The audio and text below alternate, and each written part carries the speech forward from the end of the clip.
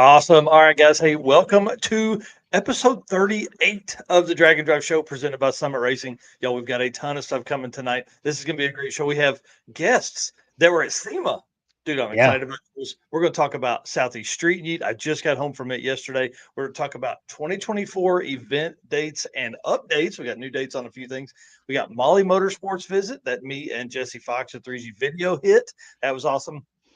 The circuit 2024 registration is open. So I'm going to talk about that a little bit. We got Drag and Drive World Champion updates and the event list, like I said, for 2024. Dude, I don't know why I put that in there twice, but who cares? Let's get this thing started. Guys, while this intro plays, hit the share button for us.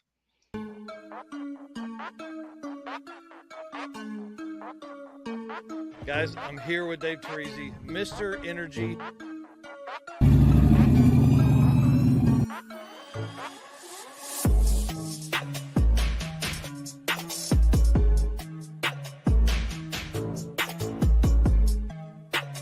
Oh, yeah, I'm psyched to be here. Thanks for having me. And I'm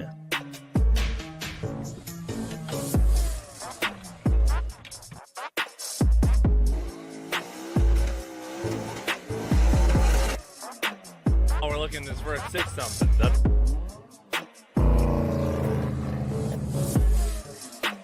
Excited you're here. It's going to be a ton of fun. Great weather. What's going on, guys? Thank you so much for having me. I'm really excited about this right here.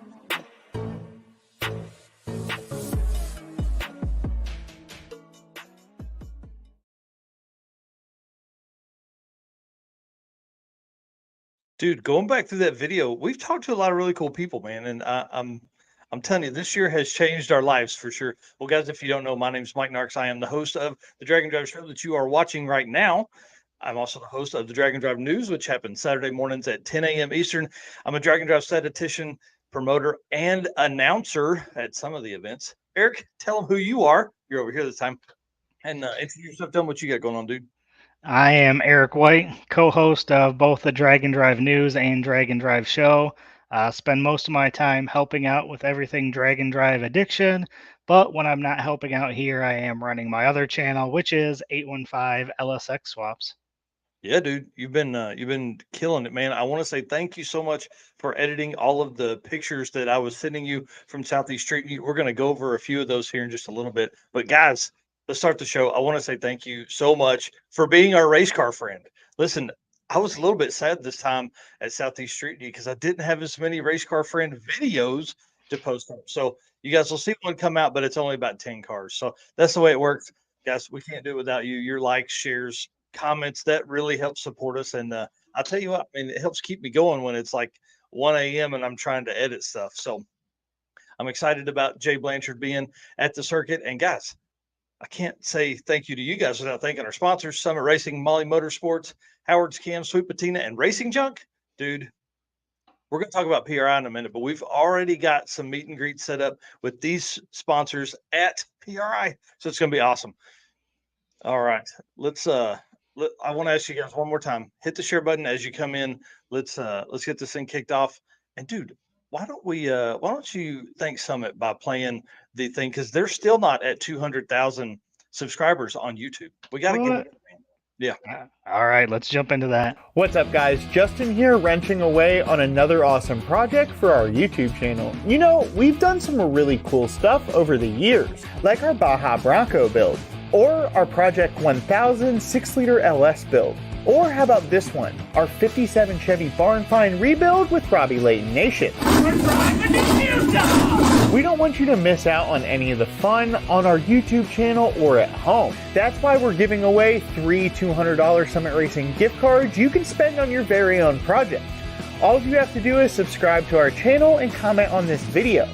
Once we get to 200,000 subscribers, we'll announce our giveaway winners. Help us get there faster by sharing this post with your friends and spreading the word. In addition to project builds, our YouTube channel delivers helpful tech how-tos, celebrity interviews, event coverage, road trip fun, and so much more. All the more reasons to subscribe, comment, and share now to enter into our 200 for 200,000 YouTube giveaway. You won't want to miss out on any of our stellar content. We're focused in on this beautiful. Y'all, Justin's going to be on here tonight. Dude, I'm I'm excited. The word of the night is excited. That's our drinking game for this evening. So let's have some fun. Let's get down to this. The circuit registration is open, and there's like 8 or 9 spots left, dude. I'm so anxious about this. I want this event to be the best event that any of these folks have been to. We are going to have the pre-party. We're going to have the racer party on Saturday night. It's going to be nuts. April 19th through 21st. Mocan to Ozark. So Mocan Dragway is in Joplin. Ozark Raceway Park's in Springfield. So we are going to drive Route 66 the other direction and go to Ozark, obviously to Springfield, Missouri, the birthplace of Route 66. So pre-party, like I said, this is the best fried chicken restaurant you've ever eaten at. This may make you go home and slap your mama. I'm telling you. 3 days of racing, 300 street miles, 150 cars. This is going to be crazy. Do you have the link pulled up there, Eric? Maybe you can drop it in the already in the chat. Thank you so much. Again, 8 or 9 spots left. I'll check it towards the end of the show. And Jay Blanchard here talking about he heard the shirts are going to be pretty nice because our rule is we are going to put the fastest 8th mile car and the fastest quarter mile car on the next year's shirt. So Brian Acton's gray 70 Nova is going to be on there, and Kyle Beaumont's Trans Am is going to be on the shirts this year. I'm pumped about this. It's going to be so cool. It's going to be a good looking shirt for sure. So if you guys haven't done it, the circuitdnd.com for the registration, or you can hit that right in the chat box there as well. All right, dude. Drag and Drive World Champion. I don't even know if I can leave that up very long. I can't leave that up very long because I think people are going to figure it out. You know what I mean? So like, we'll do that. Oh, hey, kind of like that. So if you can figure out who that is, there is a new Drag and Drive World Champion. Guys, I want to congratulate this person on a hard fought year to earn that. But first, I cannot release their names and stuff like that because I want to quadruple check all of the points. And then I want to send it to Eric and have him check. And then I'm going to have my wife check it just to make sure that all of it is correct. Because next week, as it says here in the picture, we're gonna do this on Tuesday night. We're going to release the names, and I'm hoping that those folks can come on here and talk about their experiences this year, guys. It's going to be crazy. I want to thank Lonnie Tibbs for really kind of putting this in motion. He has been on the phone with me probably, I don't know, 10, 12 hours of our life talking about all this stuff. He really helped kind of lay the groundwork of all of this, and then just helped me figure out things throughout the year. So just a reminder, the people that win this are going to get a custom handmade trophy from Cold Hard Art, who I was talking to today. We're actually going to pick it up at PRI. So Wednesday night, after we get the booth set up, we're going to drive up to Cold Hard Art's studio, and we're going to pick up this trophy. I can't wait till you guys see it. It's going to be amazing, but we're not going to show any pictures until then. Well, one, because we want to have them, but I'm not even going to talk about the ideas that are coming. The winner's also getting a $500 Summit Racing gift card. They're getting a free set of Mickey Thompson tires that can be used at any of the Mickey Thompson trucks. Like, you don't have to see Jason, who's in this picture. You don't have to be at one of his events. You can be anywhere. Free set of Mickey Thompson tires, and buy one, get one on 2 other sets. So thank you to Mickey Thompson for coming on and taking care of that. You get free entry into Southeast Street-N-Yeet 2024. You get free entry into Rocky Mountain Race Week and Race Week. Thank you to Matt Frost and June Allison for taking care of us on that. You get free entry into the Hot Rod Drag Week, which is so amazing to be able to do that, to defend your championship, obviously. And you get a guaranteed spot for Sick Week and Sick Summer. So within that, you can pick out which events you want to go to and, defend your title. Obviously, we're going to keep the format of the top 3 events are what will count for your point series, but we are going to change up a few things that will come along with that will take care of a few other, incidentals that we kind of came across this year and realized and learned some stuff. Then we're doing this giveaway at the PRI award show. At PRI, we're doing the award show December 7th at 11 a.m. in, it's called ICC, Indianapolis Convention Center, room 209. So we're going to be in there at 11 a.m. till about 12, something like that. And then we are going to parade around the Drag and Drive World Champion and their co-pilot to all of our sponsors and probably more. They'll be tired of walking around with us by the time we get to that. So I'm excited to do that. Again, obviously having all of that is such a huge deal. But guys, I forgot, I added 2 other lines here. They get custom decal that we're going to do up for their car and trailers.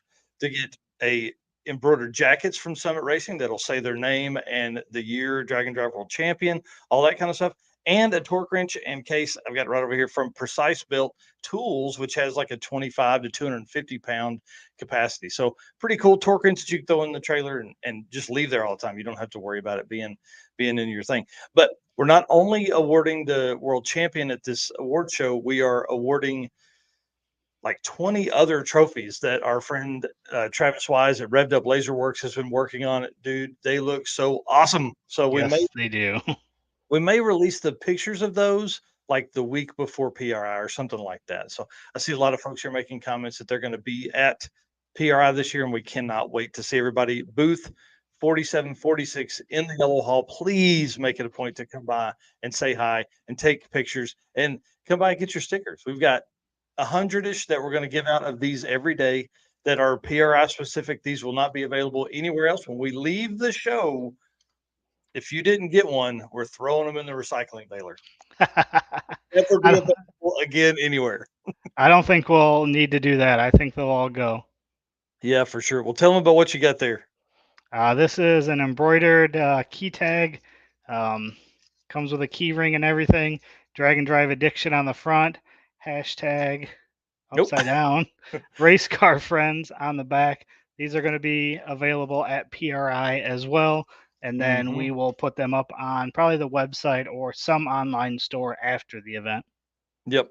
Yeah, I'm excited about that, dude. PRI is going to change everything for us. PRI changed everything for us last year, and it's going to change it for us again this year. I'm excited to be a part of that. Well, let's get on with the show, man, because we got guests and we got a lot of stuff to cover between now and then. What's up next, man?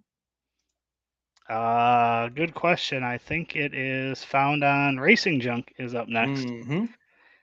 So as you guys know, Found on Racing Junk is our official buy, sell, trade dealer. So we don't do a Facebook page or anything like that. Everything you want to find is on Racing Junk. So this week, we've got a few cars, as always. The first one here, 87 Camaro, 12.5. This clean title, Racecraft Engineering front and suspension, K-member, control arms, camber plate, strange brakes on all 4 corners, coilovers. You can see there's a lot of good stuff on here. Aftermarket motors, a 385 cubic inch small block Chevy.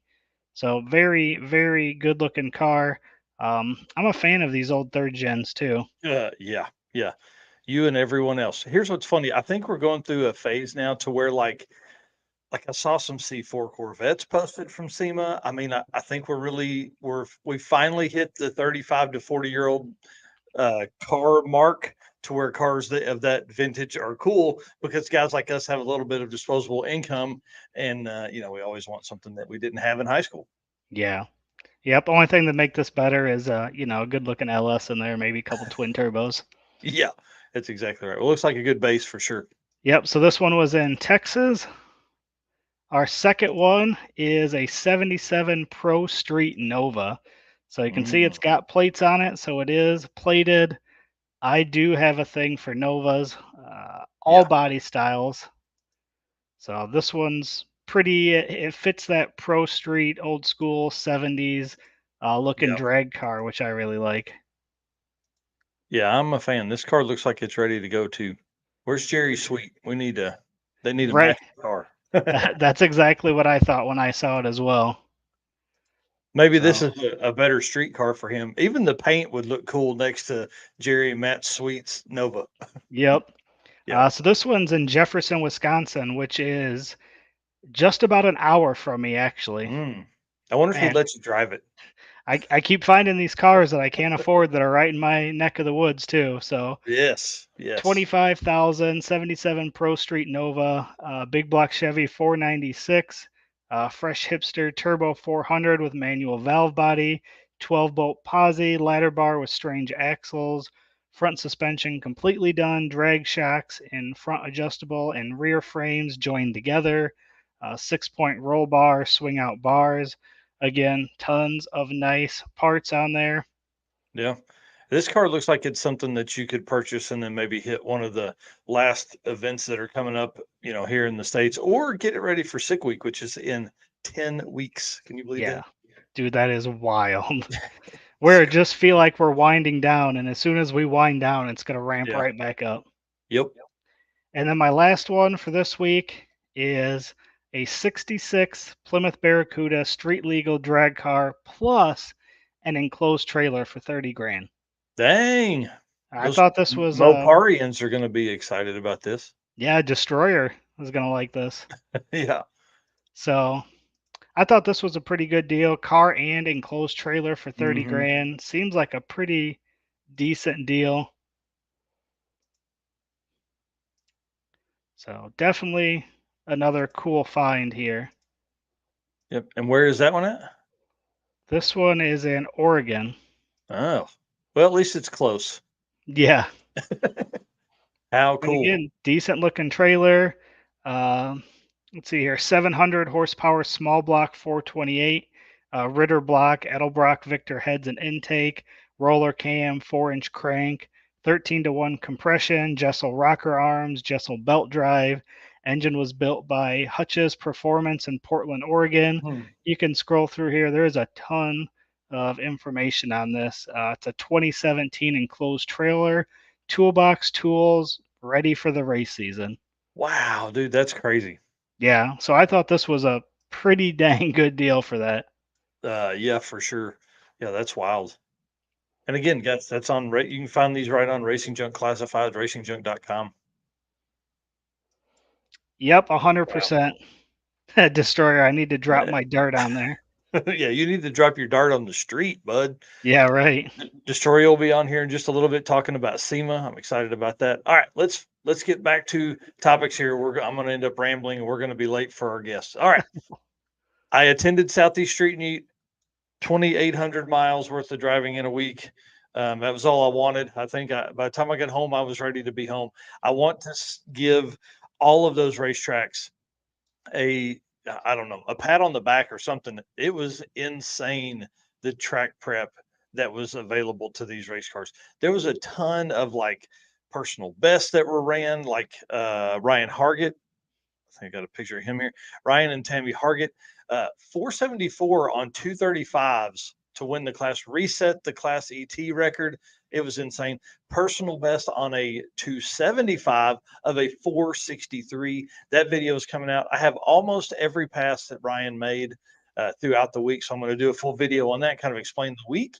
And then there was a ton of other people that made personal bests. Rich Woodward had a personal best on a 275, on a 275 at a 505 at South Carolina Motorplex. That's the fastest he's ever been. Aaron Schaefer went 510. Again, 88 to 98 turbo and 275 to 235 tires. Yeah. So the bad thing was is Rich ended up blowing his engine though. Shh, don't tell anybody. Man, it was really amazing to see his pass. He didn't make a big mess or anything like that because he had an engine diaper. And again, that's a big win. That was a stock bottom end in that car, and he said that it was just getting to its life expectancy. He was leaning on it pretty hard last event of the season, and so that's going to happen. So Ryan Hargett also blew his stuff to smithereens, and so he'll be building a new Coyote for that car. So I didn't see that one. Yep. It's pretty interesting. There's a couple pictures that it's Tammy holding bits and pieces that were actually in the wheel and spindle. So pretty crazy event. And luckily those were on the last days. So that's always a big plus. Let's see. John Dotson was a co-pilot for Aaron for the week. Steve Willingham ran a personal best of a 523. And then this truck here, this picture does this thing absolutely no justice. It was gorgeous. Nick Schaff is his name. CG American Muscle Cars or CG American Muscle on Instagram. This truck, super cool, 454 cubic inch LSX setup in a 4L80. This truck is our feature on this week's Built for Drag and Drive on the news this weekend. Guys, sixes all week in this truck. Like, Nice. it was nuts for a NA setup that literally had, I think they said 25 miles on it before they came. It was Wow. crazy. The wheel color, everything about this truck, and wait until you see the interior. It's like I said in the video, old man fresh. It's it's amazing. So I love this. This was probably one of my top 3 of the entire event. This truck here just really put it on the map for me. And then obviously Bryant Goldstone and Brian Robbins. We didn't cover much of their stuff because I had the big camera out getting content with them. Y'all, this is the first day. Okay. This is as they leave the facility before they even make it to the first checkpoint. They broke the wheelie bars. Okay. They broke the wheelie bars and fuel tank on their pass.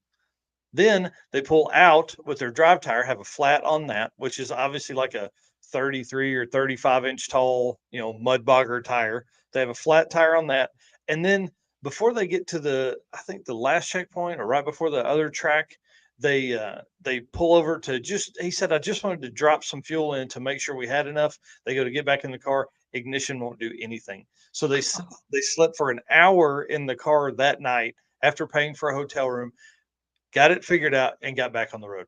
It's insane. That was day one. Day one. Then they pull into the second track on day 2. This picture is of them at the first track on day 2. They pull into the second track on day 2 and bust a hole in the oil pan as they're driving over the speed bumps.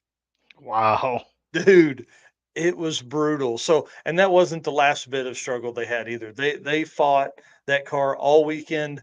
Or all week. They had traction issues, which, big floppy tire kind of on a radial prep surface, but they ended up taking the quickest overall of the event. And that's the second time they've done that this year at a national drag and drive. I mean, it's pretty amazing. Nice. That's a Yep. pretty sweet photo you captured there too. I like that. Yeah, thanks, man. I've really been trying to stretch my boundaries a little bit. I do want to say Eric edits the photos and makes them look good. I just send them over to him, and I'll tell you, what do you think you use of the photos I sent? 30%. The rest of them are marginal at best. And that's what No. happens when you're shooting with your phone, man. I mean, that's really the way it goes. I'll say this: I do have, I will have the full data for the event later this week. Laura and Devin are working through all of that and sorting it in the way we need to put everything in, because what they would do, this is really pretty cool. And it goes into this first bit of class winners that we're going to talk about. They don't give out daily results. So you don't know where you're at unless you've been watching other racers, unless you've been watching people post. So it really is kind of a neat thought process, because then no one knows where they stand. As you go into the award ceremony, everybody kind of has a pretty good idea, but this guy, Joe Polcher, had no idea he had won. Really? No idea. The way they had worked, and I've got it all on video. I wish I had put it in here, but it was crazy. His reaction was, he was blown away, to say the least. So he essentially, the way they work their DYO is you can run faster and slower than your time, than your submitted dial in. And so he just went for a Hail Mary pass because it was going to be his last pass of the weekend anyways. He turned that in because it was the fastest, and it worked out that he was 0.001 off of his dial with his average. It was insane. So it's pretty crazy. Yeah, that's really cool. Yeah, REB Auto here says I had a personal best 60-foot and quarter-mile time. When we went to Carolina Dragway, they were able to run a quarter mile because that track is set up for that. And so that added an extra step because that track could not show your 8th mile times. So no one knew what anyone ran at Carolina Dragway, which is really kind of cool. They ended up making that track they weren't able to turn the time slips in or account those time slips because of stupid rain. And there was like 20 something cars that had not had the opportunity to make a pass. So that could have really changed up people's strategy. I mean, you really don't know. I kind of like the way that worked. So Joe Poulter won, and wait till you see the video come out. I may just do a standalone video on that. Leave that comment up real quick because we'll talk about it in just a second. Daily driver winner was Steve Miller. This car just went rounds, man. It was great to watch. It sounded good and it was fast. I think they ended up with like 630s or something like that as an average for the week. It's nuts. And they had 3 people in that car most of the time, I think. And then our friend Taylor Hedrick, Mr. Stick Shift, won the stick shift class. So congratulations to him. Ran several personal bests, just kept chopping away at it. I think one of them was like even a 530 or 5C. I think it's 535. When we were at South Carolina Motorplex. It was insane. That car was working. And, obviously those guys know what they're doing at this point.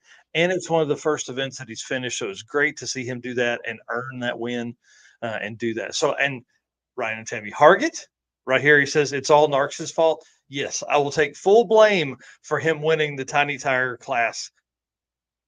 He come out completely untested on 235s and laid the smackdown. Like I said earlier, 470s on a 235 tire on the last day. Crazy. But he laid it like a 484 on his second pass down the track on 235s. So it was pretty wild. If he had not double entered, I really think he probably could have ran some 60s on those tires. But because he double entered, they would change from the street setup. They would put 235s on. They would go out. They would make their 2 passes on 235s. That means Tammy is packing the chute, both passes. They would come back to the pits, change to 275 tires, and go out and make their unlimited passes. So that's 2 passes. So a minimum of 4 passes each day that they had to make. Then switch back over to the street and go back street setup and go back out and drive to the next track. I mean, it's crazy. It's really inspiring to watch. It was really cool. That had to be rough on him because he's pretty used to the one and dones there. So yeah, that's pretty much what he did at Drag Week, and he did not do that this time. I think they made at least 4 or 5 pass. I know they made at least 4, but at least 5 or 6 passes each day at each track. And so, with having the same day, he said it was like running 2 cars, but worse. And I would assume he had different tunes for each one too. I would think you'd have to. He did say on day 1 that the track could have taken more power for the 235. So he could have done that for sure. What's crazy is we just talk about all the changeover. Well, then he did that at the first track of day 2, and then again at the second track for day 2. I mean, that really stretched people's capability. I think is a great test of person and machine for sure. Yeah, I could imagine that would have been rough on day 2. Oh yeah, and then the limited. Go ahead. I was just gonna say, so he had a minimum of 8 passes on day 2. Then. Yeah. 2 for each size. Yeah. In each track. Yeah, I know he threw away at least 1 pass. Tune and suspension was different. Golly, it's insane. I know he threw away 1 pass that'll be in the video that'll come out because it was literally dry at the starting line, but about 100 feet out. We didn't know it till 2 or 3 passes in that it was just, I'm not even going to say sprinkling, but there was precipitation that was falling from the sky randomly, right? So they would get out about 150 feet and spin. So then he came back, they fixed the track and went out again after it stopped doing whatever you would call it doing. And then, so we'll have him on to talk about that. I really like the 2 tracks in one day test because there's a lot of people that didn't make it. Jim Treadle ended up winning the limited class. Y'all, this Firebird, is perfect. Yeah, Just very, amazing. very clean. Golly, it was gorgeous. And actually, just real off topic real quick, my old boss just restored one just like the same color too. How cool. Yeah. That's cool. Well, this guy and his wife were together. They had raced at an event earlier in the season. I can't remember what they said. I think it was 6 summer, but this car here just absolutely worked all week. It was amazing to watch. And she was lining him up. They were packed up and ready to go. I mean, it was clockwork for them. It was really cool to watch, but they ran with the OBS truck I showed earlier of Nick's. They ran with the one of the nicest first gen Camaros I've ever seen. I mean, just flawless paint in that car. And then the right-hand drive 55 Bel Air, they all four kind of ran together. Man, you talk about, I can't imagine what that was like to see on the road together, those four cars. Ooh, it was a good time. It was a great way to end the season for sure. That was so cool. And then of course the unlimited winner, Mr. Bryant Goldstone, laid down a 435 on day 2 after basically day 1 having to make a lot of passes because the bump box wasn't working initially. So they did two bumps in, messed that up, backed out, went back up to the pits for some, I don't even know what they worked on. Then they came back. We're having some traction issues day 2 for the first bit, obviously because of all the changes that were going through from the night before with the ignition and things like that. They showed up late and then had to make the passes and were struggling. So that took them to longer time. And, I mean, it was crazy to think how much stuff they struggled with and still made it through the week. Wow. It's pretty amazing. Yep. So I can't wait. This is definitely an event we're putting on the list for 2024. I want to say it was probably a top 3 event for me in 2023. It was fun. Everybody had a great time. Everybody was, I don't know. I mean, I don't even know how to word it, how much fun we had. And then you and I and Casey from Patina Pit Stop were messaging earlier today, and he's talking about maybe you coming on and being his co-pilot for the 2024 event, which I think would be kind of cool. Put you in a car with a GoPro in your phone, and you get that side of the content, and then I'll run around and get all the other stuff. So that's one thing we haven't Eric hasn't done yet, is he hasn't like physically been in one yet. So that we definitely won't have you wait until November to do that. But that's definitely one I think we should put on the list for you to maybe co-pilot with and co-pilot edit pictures and videos with me.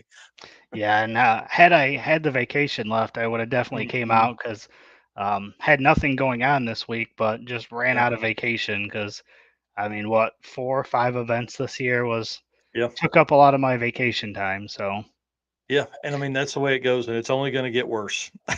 And day 3 that got rained out? Yeah, Darlington was rained out. And that's where we had one video that I took of Brian's car cruising through the water that has gone absolutely crazy on Instagram, like 80,000 views or something like that. So it really triggered a lot of people talking about what is a street car and what is not a street car. And then you and Jesse went on a little side adventure that day then?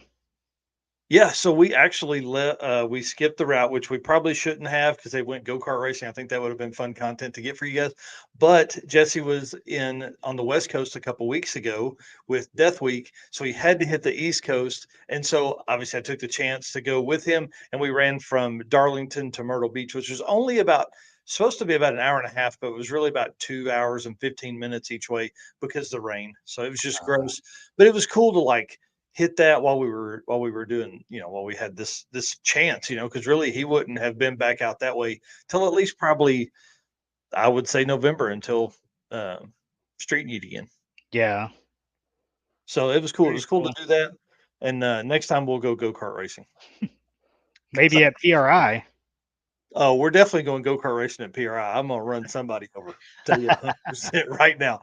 So I want to say congratulations to everybody that finished, everybody that competed with Southeast Street-N-Yeet. It really was an amazing event. I hope that everybody's telling their story on Facebook, getting those out there. I do have some plans for some of the posts that people have made to go back through. Eric and I have talked a little bit about how we want to kind of help memorialize some of the stuff that we've seen throughout the year, and how we can do more and provide more for future, events and racers. So, all right, let's move on because we've got folks that are here in the back. I see our guests are kind of stacking up here. I'm excited about having them on, but we got stuff to cover. All right, so Found on Summit Racing, guys, you know the deal. They are the official retailer of Drag and Drive Addiction apparel. You can see here they've got hats, they've got hoodies, they've got T-shirts, and they've got custom apparel that they design and print. It's so cool for someone like you can go into a Summit store, retail store, and buy Drag and Drive Addiction apparel. They have it in the warehouse. You did it. Dude, I almost cried when I went into the one in Georgia, Madonna, Georgia. I walked in there because I had forgotten what we're going to deem as the Tommy Dupree shirt, which has his car on it or his old car on it. I go in there. I had forgotten it at home. I walked in. I asked for it. They had it in the back. They came out and gave it to me. Now I hear at the Ohio store, they may even have a few hanging on the rack, dude.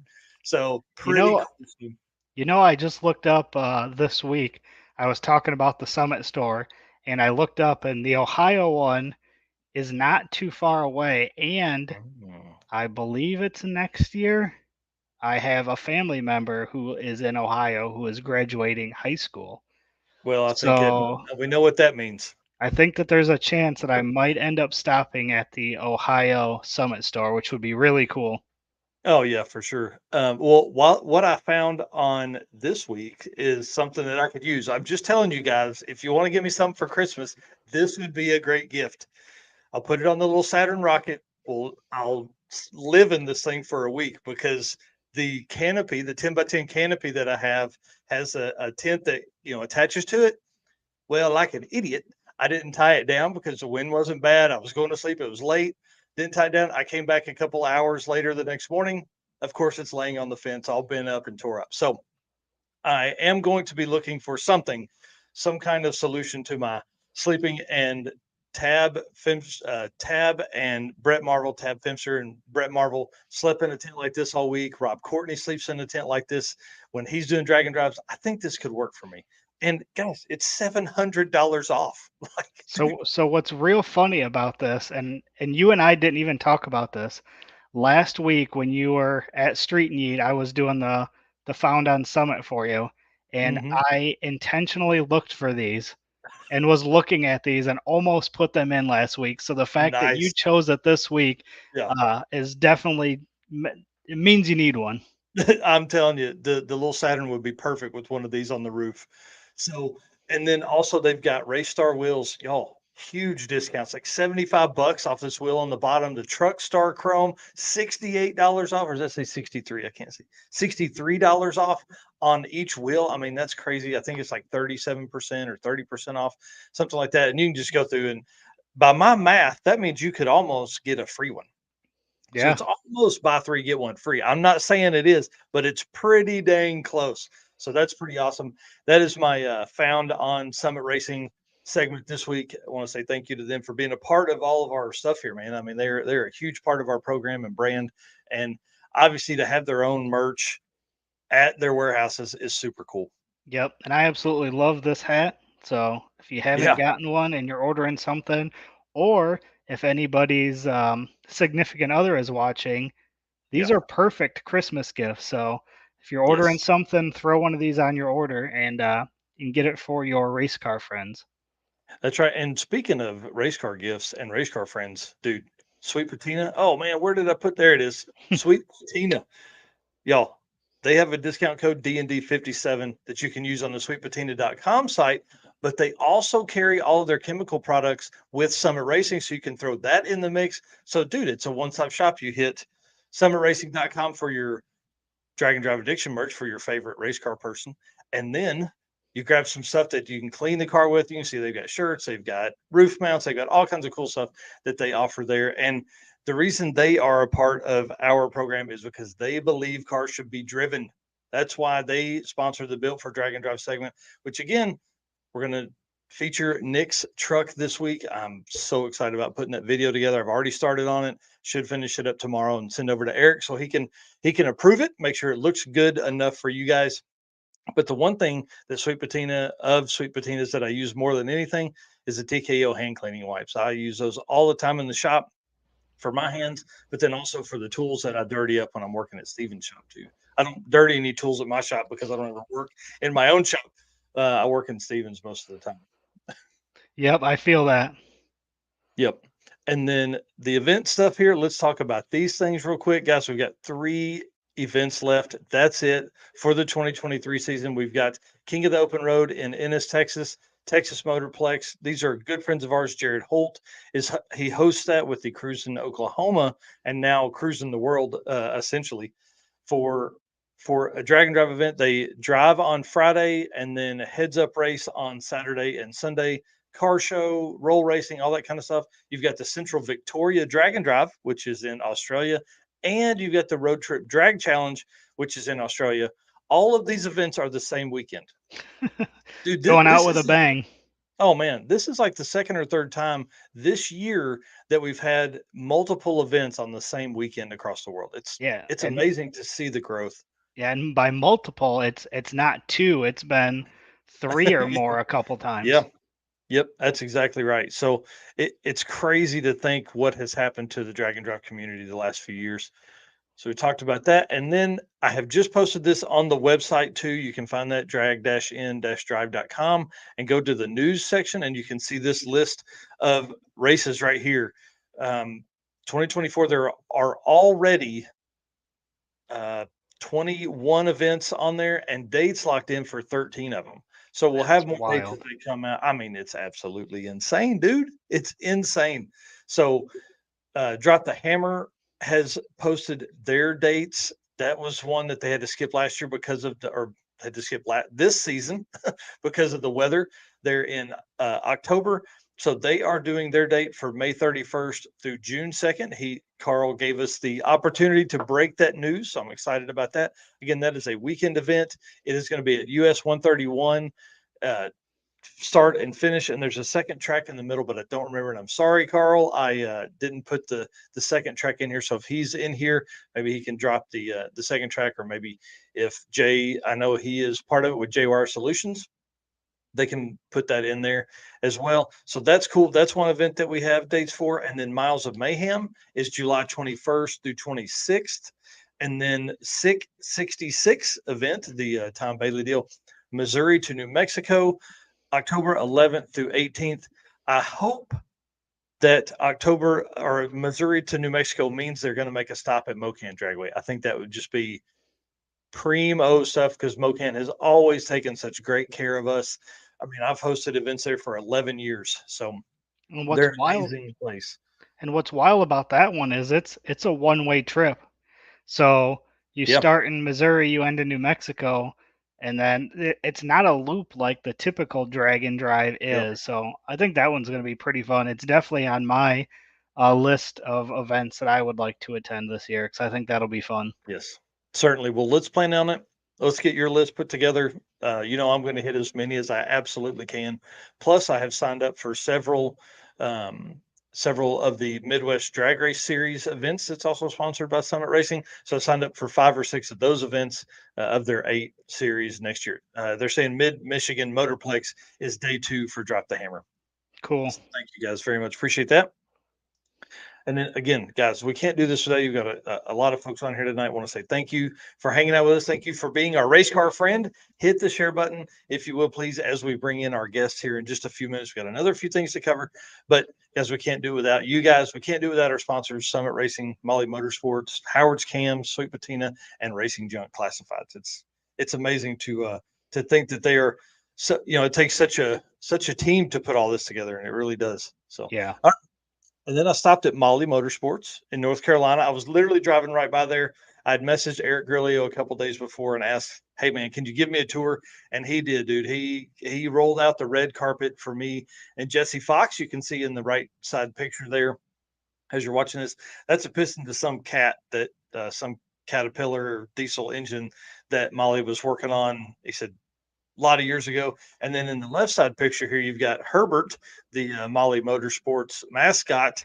And then so I have a video coming that's Herbert and his trip from North Carolina back to Arkansas and all the state signs being on the dash of the little Saturn rocket. So it's pretty fun. I can't say thank you enough to Eric. And guys, this is a full-size trash can, full pistons. It create like a big trash can, like a 55-gallon trash can in the back. And they had 2 of them. And you can't really see it, but there's boxes that are stacked next to it that are also full of pistons destined for trophies. It's pretty crazy to see that. And so Eric was kind of explaining why they have so many. And some of these pistons look identical to each other, but they may be a millimeter here difference or a centimeter there difference to test like dome size and things like that.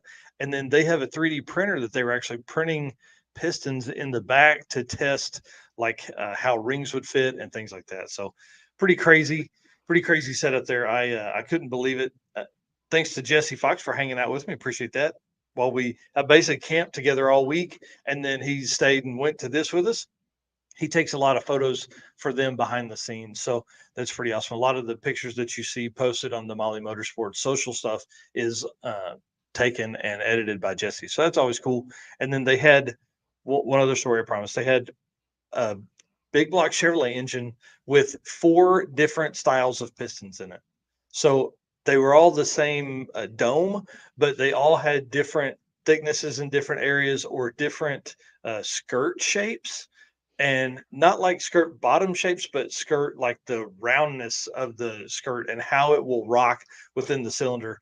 You know, of course, Eric is talking about that, and he's so far over my head. I was just staring at him starry-eyed. So it was pretty, but they were putting it together to get it on the engine dyno. So that's Very cool. Yep.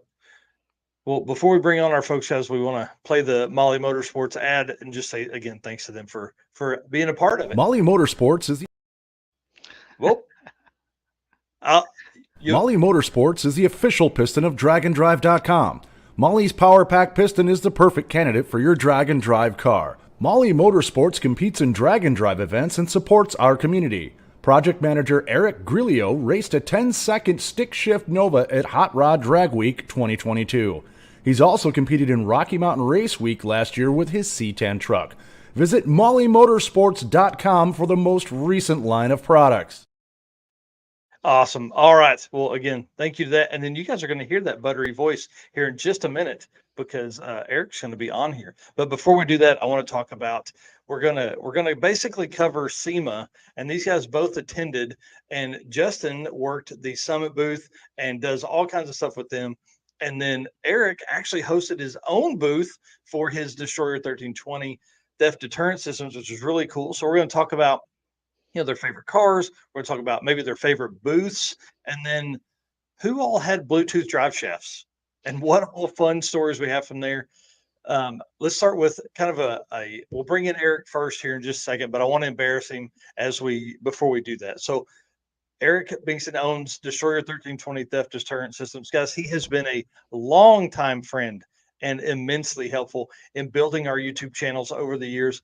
And he's just been a great sounding board for ideas as we've come along. Him and I met at Race Week 2020 and have been longtime friends since then. But even before that, he was helping me build Narcoleptic. And now obviously he's helping. He's a big part of the Drag and Drive Addiction, idea pool of people that we hit.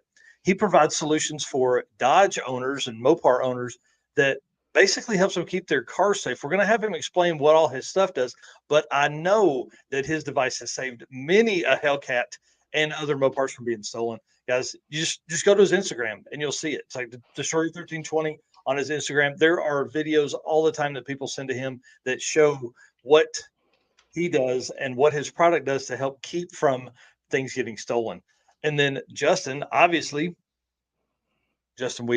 is the face of Summit Racing. Guys, any videos, you saw him earlier on this show, you saw him in the commercials. He does a lot of the stuff on All Cylinders podcast. He does a lot of their live stream interviews with guests, but anytime you see stuff, it's him. He's always smiling. He's always having a good time. So enough of my chatter about these guys. I want to say thank you to them for coming on before I even bring them on. And so let's do that. Let's get them on here and discuss kind of how SEMA went and what they saw, what they wanted to see more of. Gentlemen, how are you this evening? Good. Yeah. Nice to see your smiling faces. Cheers. Right? Yeah. Cheers. That's exactly right. Yeah. Yeah. Cheers, everyone. Yeah. Oh, it doesn't come through. It's green. That's awesome. Well, the easiest way to kind of set this up is the rotation of the way things will work is we'll ask questions, and then it's probably easier for Eric to answer and then move to Justin. That way we're not all trying to kind of step on each other. And the first thing we want to talk about is, who you guys are and what you do. So the first question I have is 11-year-old Eric and Justin, were they car guys? Yes, very much so. Awesome. Yeah. So I kind of grew up in this. My dad's mechanic, hot rodder. My grandfather, my fondest, I always say what solidified it for me was a guy here in the town I grew up in had a 69 DZ302 Camaro. And I don't know, I was probably 8 or 9 years old and went and a ride for that, went and a ride in it. And, just that 4-speed, just grabbing gears, putting it to the wood, that solidified it for me. And I was, Hunter, there's the quote that goes, faster, faster until the thrill of speed overcomes the fear of death. And that was it for me. Always car guy. Nice. That's awesome. For me, it was my uncles. I had twin uncles growing up that huge Mopar guys, clearly. But my fondest memory was we were in a 70 Challenger with a 440 in it, not stock whatsoever. And I was sitting in between the seats, and my brother's sitting here, my uncle's driving. I'm sitting in between seats, and I'm kind of hanging on, looking through the window, looking at everything. And we're at the light, and there's a guy in a Nova next to us. My uncle said, "Hold on." I thought I was holding on. I flew up and hit my head on the back window and fell down in the seat. Yes. I was addicted. I was addicted from there. I was like, if throw me through the air and smack my head on the window, come on, man. I'm in. Well, guys, tell us what you do. Sorry, Eric, go ahead. You were saying. No, I was just going to say a lot of people here watching probably don't know, but Eric and I actually grew up in the same town, and he now lives in Arizona, but probably, what do you say, 15 minutes at the most from each other? Yeah. Oh, yeah. Didn't even know. Yeah, exactly. That's awesome. Well, let's obviously talk about products here. I mean, obviously we know Justin slings all, the world's largest parts retailer. We know kind of what you do, but Eric, kind of tell us what goes on with Destroyer 1320 theft deterrent systems. So kind of a Cliff Note version of how this all came about is the reason I'm called Destroyer 1320. People go, "Oh, you're trying to rip off 1320 video." No. I had a Destroyer Gray 1320 Challenger. I wasn't being creative at all. I called it what my car was, Destroyer 1320. Put it together. So I have been on YouTube for quite a while, as Mike and Eric know. I met them through YouTube. And I went to a race. It was a YouTuber call-out race. And I was going to race a gentleman named Wide Body Nation who had a Hellcat Red Eye. I knew I was outgunned, but I knew I'd get him to the 8th mile because my car would hook and go. So I met him on a Friday. He comes to the track Saturday and goes, "I can't race." I'm like, "What'd you break your car? What happened?" He goes, "No, I got stolen." So we found the footage from the hotel he was staying at and watched how they did it. Now, take in mind, this guy had a brand new C8, which was one of the first C8 Corvettes there was, next to I think it was 2-week-old Hellcat Red Eye. They didn't even look at that C8. They went straight for that Hellcat, popped it in neutral, and rolled the thing away. So I tore my car apart when I got home and cut up. It was actually the heat shield from a cold air intake, and bent it up and found a way, drilled holes and made it fit over that so no one would steal my car. At first, it was me being selfish, like, I ain't doing that to my car. Yeah. So I made that, and then I showed it to somebody. They're like, "Can you make me one?" I'm like, "Sure." Then, "Can you make me one? Can you make me one? Can you make me?" Yep. And now we've sold over 10,000. And so, golly, dude, that's so amazing. Since 2020, but we continue to grow. Yes, we did SEMA, but that's kind of my backstory, is that we protect Mopars from the dumbest way possible, which is they have a stupid little strap, and they pull up on the strap. It puts the car in neutral. The cars with the key fobs, 90% of the vehicles made with key fobs, fun fact, the steering wheel does not lock. So if they get your car in neutral, they can push it anywhere they want to go. Wow. Oh, man, that's scary. That's scary. Trucks, SUVs, cars. And so we currently protect almost the full line of Mopar. And I'm working right now. My brother and I are brainstorming. We're going to start doing Ford F-150s. We're doing Mustangs. We're moving over to Chevy. All the vehicles that have this issue, we're going to cover in the future. Nice. That's awesome, man. Well, Justin, tell everybody kind of what's a day look like in your life? Because I can't just say you're a social media and video guy. Like, you do so much. So my official title at Summit Racing is video host and technical advisor for internet marketing. Yes. So well, that was the fun fact is I got to pick my own title, and my goal was to make it go across the whole business card. Yeah. Because I mean, that was like, I was like, yeah, if I'm going to do this, I want people to like stare at it. So lots more words, the better. So Yes. a lot of, if I'm not out on the road, covering events or, heading to shows like SEMA or, out and about with some of our project vehicles, I work out of the Ohio location, the home store of Summit Racing. Mm-hmm. And I do a lot of video filming, brainstorming, general in-shop work, just trying to make cool content to bring it to the people. Yeah, man. So every day is different, and that's what I appreciate. I'm never doing the same thing like twice.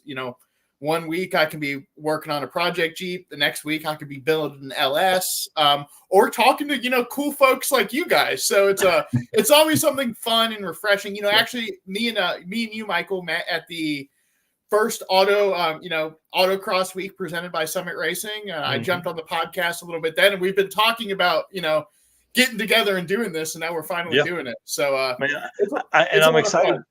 Yeah, I'm excited to have you on because you have a different approach. Like we're going to talk about how many times you have been to SEMA, and then like maybe how many times Destroyer's been. I know he's never had a booth, so we're going to talk through some of that. So I think it's going to be a great mix of folks here, guys. I just want to say, please hit the share button. As we go into this, we're going to have some fun. Kind of the plan here, we're going to spend 30 or 45 minutes, maybe an hour, discussing what SEMA was like and kind of what the future for you guys is. But if folks have lived under a rock and you don't know, SEMA 2023 had more than 2,200 exhibitors and more than 160,000 people attended.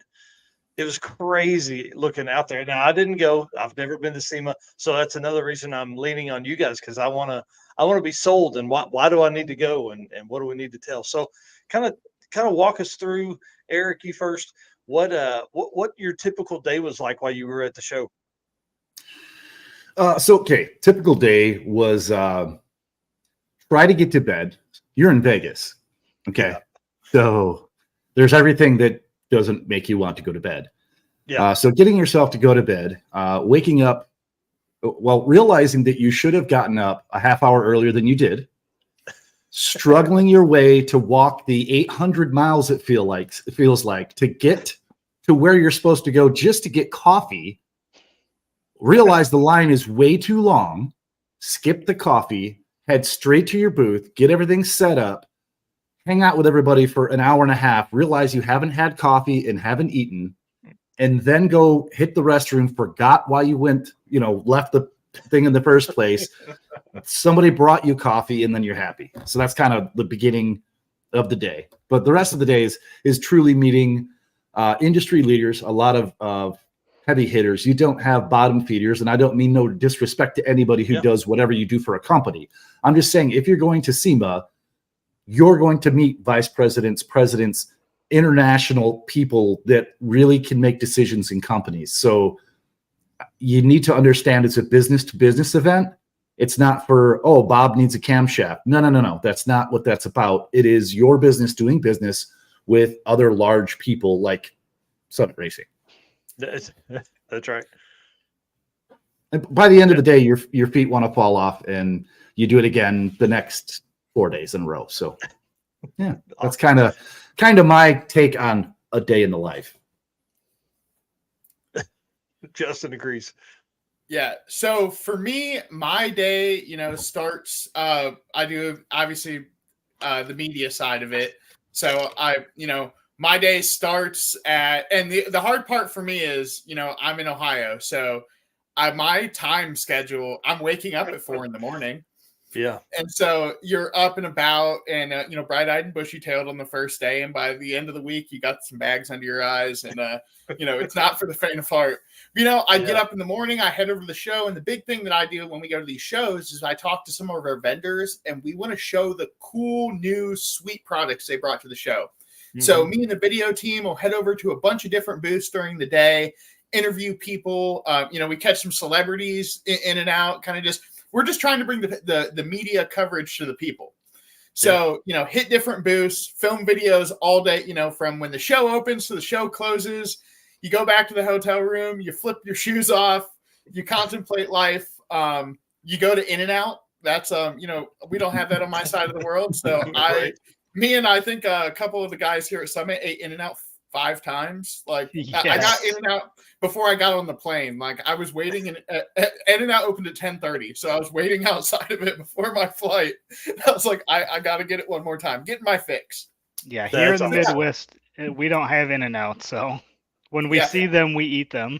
Yeah, not to mention it's Halloween week. So, you have to go down to Fremont Street on Halloween night and see all the extravagant costumes and people. And your time, like I said, if you stay out till midnight, you're like, oh, gee whiz, I'm up till 3:30 in the morning home time. Like, this is not sustainable or healthy. And then there's navigating the people. It's amazing.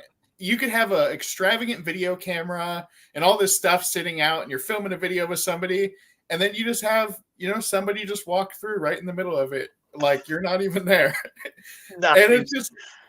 And you just keep that smile on your face and just keep on doing what you're doing. But yeah, you see so many crazy people. It's, Michael, we got to get you out there. It's, you too, Eric. There's no trade show in the world truly like it. I wonder if the Aces construction show is the same way. If people want to come look at, there's all sorts of cool cars. Do people want to come look at drywall the same way? I don't think so, but I think we're very fortunate to be in this industry and kind of have this kind of trade show. Oh yeah, that's for sure. And like PRI is more racer centered, and SEMA has a little bit of everything. I mean, we were talking about rooftop tents a minute ago. We're probably not going to see rooftop tents at PRI. Unless it's on top of some like drag and drive car with a big, big nitrous big block in it. I don't think so.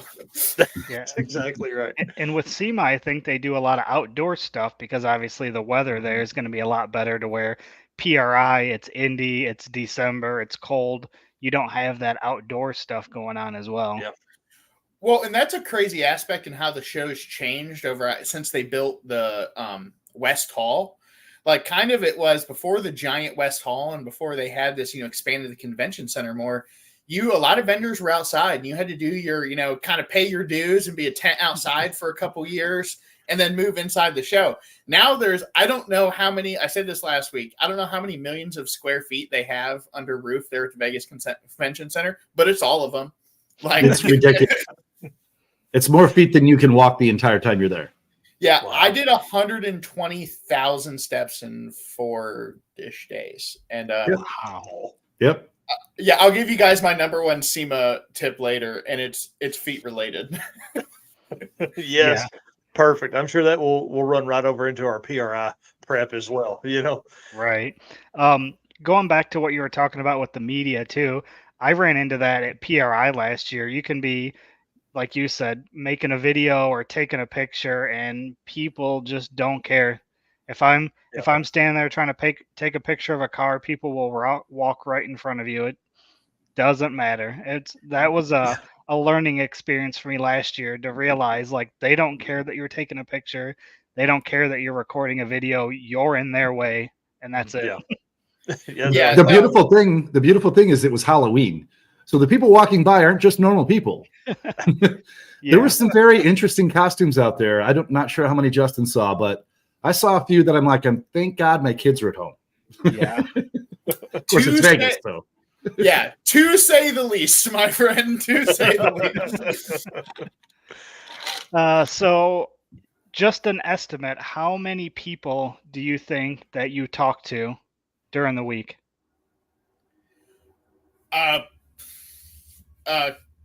More hundreds.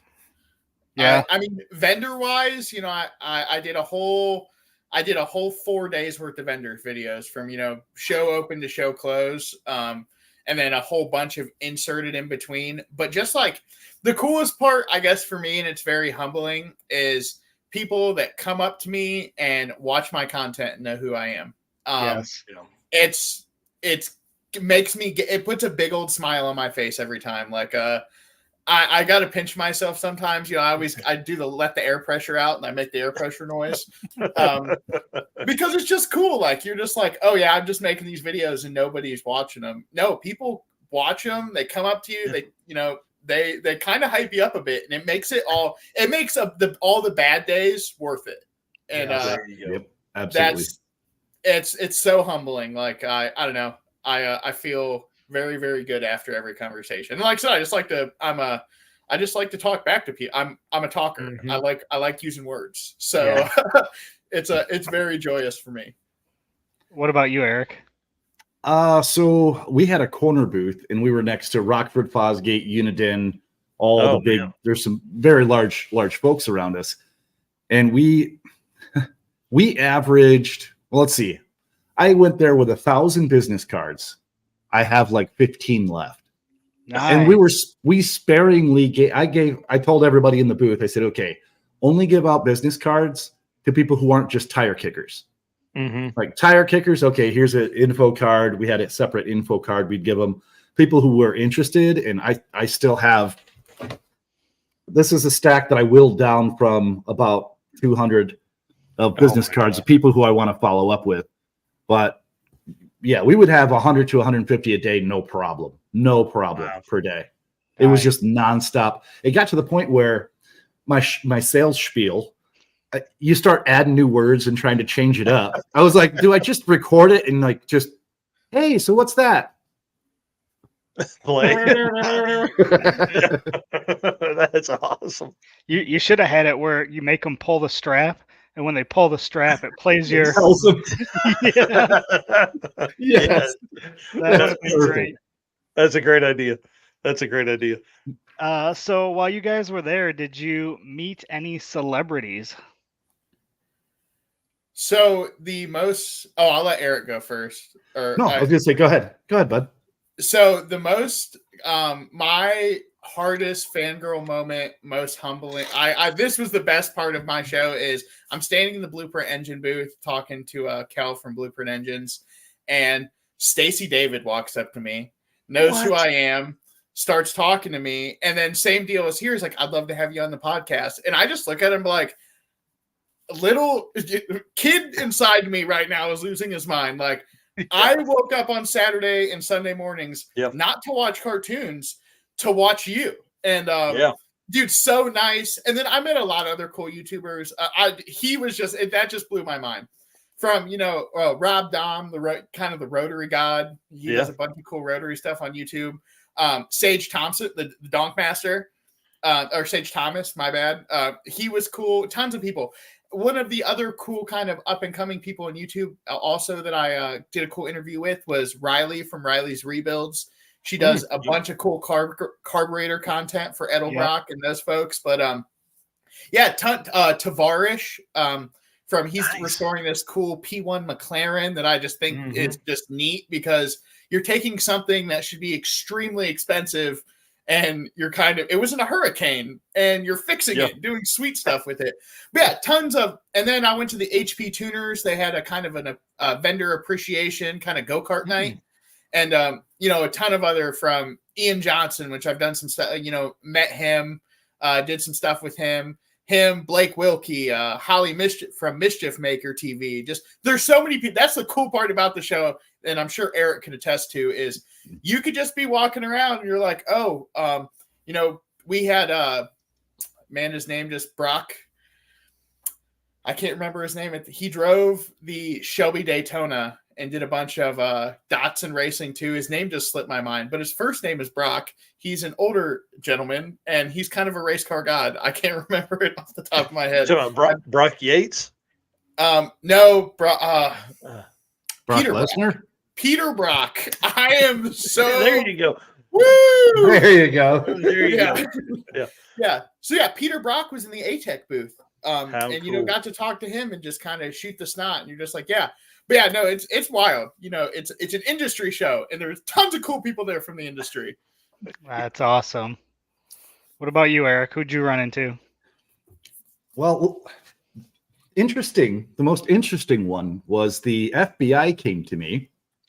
Oh. And I was like, oh, hi. Well, which he didn't even announce it. He said, well, what's this about? And I explained and showed him everything that we have that we're selling. Yeah.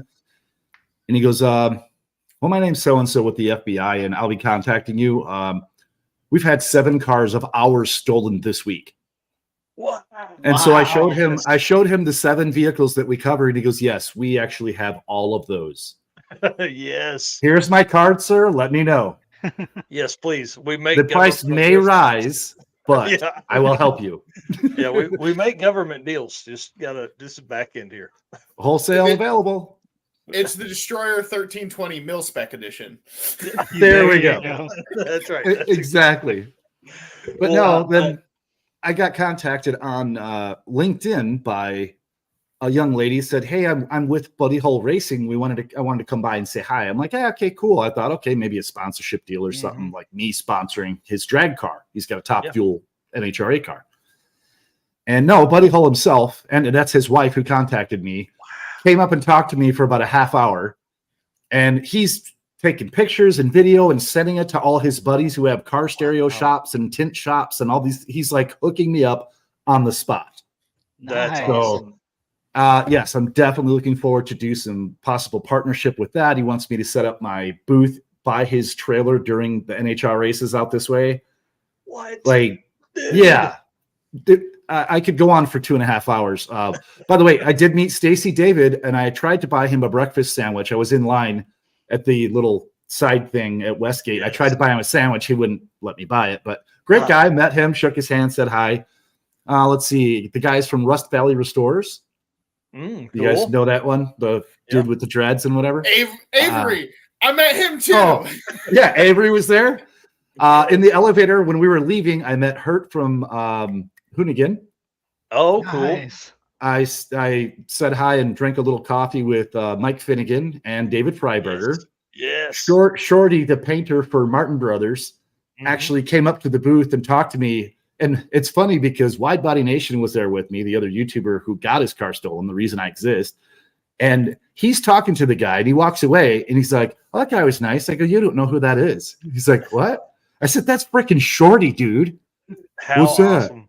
What's that? I'm like, "Bro." So I start showing him. He's like, "Oh my God." I go, "Yeah, dude. He's like a legend."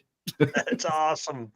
So anyway, that's just a few of the people I got to meet. That's a few of the celebrities you guys met and impacted their lives. Well, let's change it up a little bit. Let's talk about favorite cars because the list that both of you guys sent, we're going to actually pull pictures up here on the screen. This is the reason I want to go to SEMA right here. I wanted to see this. Like, dude, I wish I had snagged a picture from the internet of the guy standing next to it. It's literally shoulder height to what looks like a regular sized adult man. My favorite 10 out of 10. I was obsessed with it. I probably looked at it 6 or 7 times. Oh, cool. Well, tell us about it. What is this thing? What powers it? What's the inside like? So it's a homage to they're a Winnebago Arrow, which is, a vintage camper that we all love. We all saw growing up, but it's on a golf cart chassis. And there's so many, it's all custom made, hand built. The aluminum work was amazing on it. It has a tent on the side of it. I think that's a Dometic rollout tent, I believe, or like a rollout on like a canopy awning that you put on the side of your trailer. But it had a matching mini bike on the back. This cool custom interior. It had air horns. The kind of like the fun feature that I thought was just very, very tasteful was in the back bumper. You remember on, old campers where you'd have your your black pipe that you'd store in your bumper and pull it out. Like it's kind of the corrugated hose. It had one of those on it, just like a mini version. Yes. Yeah. But it had cameras in the top and what looks like to be the AC unit. So you can see all the way around it. Like I said, it was just amazing on a golf cart chassis. I would want a larger version to pull my little one just so I could. It is so neat. Like you've got that on the trailer behind the big one. That would look awesome. Yeah. So me and one of my buddies were talking. I sent this to him. And I was obsessed. I was like, I would daily this to work, and I figured it out. I could take all bike paths. It would only take me about 2 hours to get to Summit in this thing, but I would just leave a little early. Yeah, I mean, and it'd be so worth it. How cool is that thing? Well, the next setup here, obviously, is a picture from Destroyer sending it over. Dude, tell us about this thing. Is that a Ring Brothers car? What is that? Yeah, it's called the Roid Runner, and it was really cool. There's a little video, a short that I did. So the guy who created the 360 booth that's inside of, he was standing there and he goes, "Hey, let me put my camera up," or hands me, takes my phone, and he goes, "Do you want a video of this?" I said, "Absolutely." So he takes it and puts it next to, this is really a weird setup. If you look at the bottom on the right side, you can kind of see a little black line behind the back end of the vehicle. Mhm. That's a track.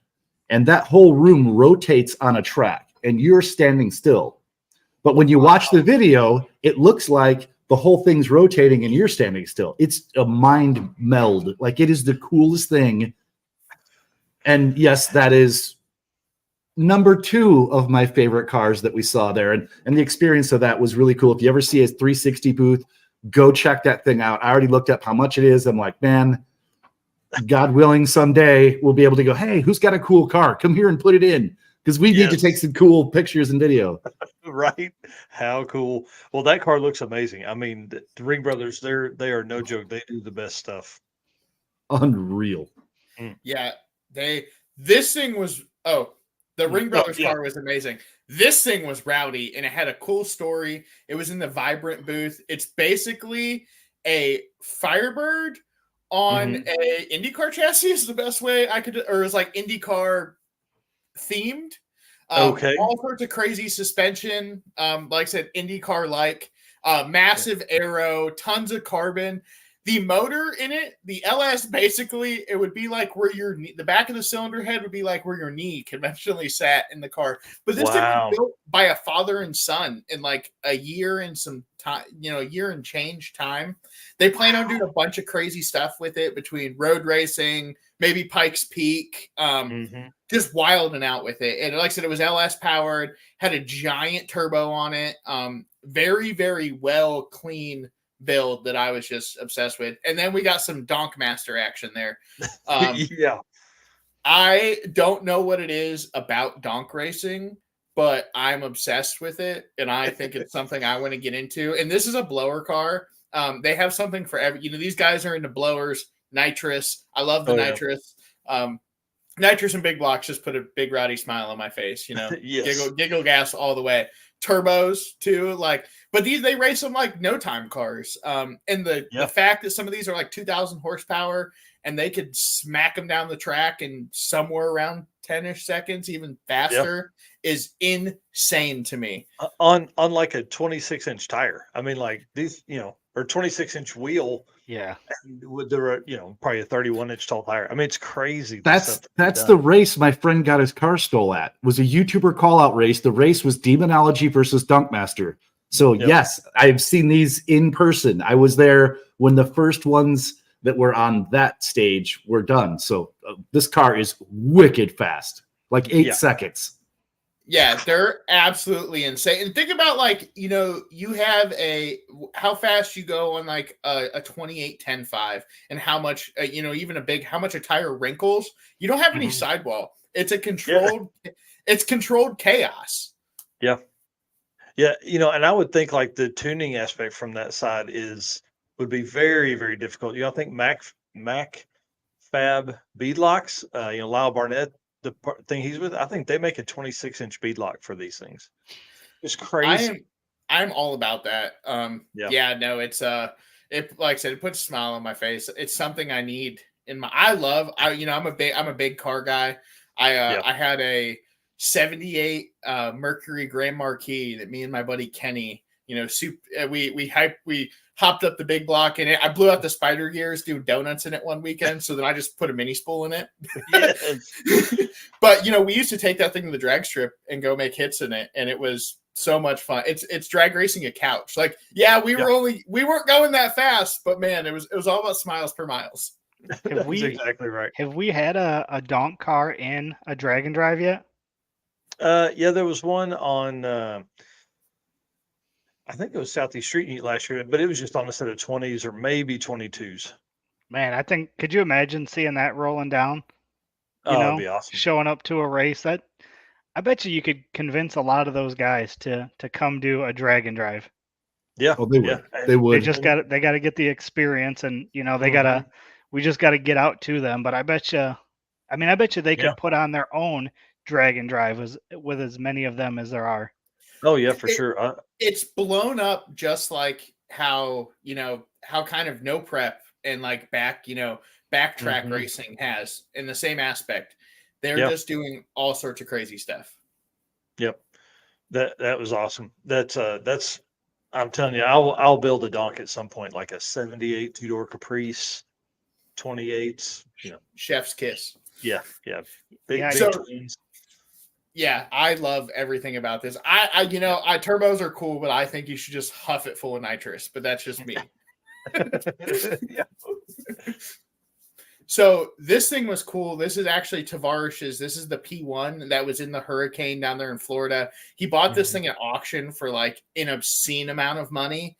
And so P1s are like, there was actually a ton of P1s at the show. Like I used to, when it comes to hypercar, this isn't a supercar anymore. These are hypercars. And this was kind of the first generation of those in the 2010s era. But these things were like the fastest hybrid for a long time.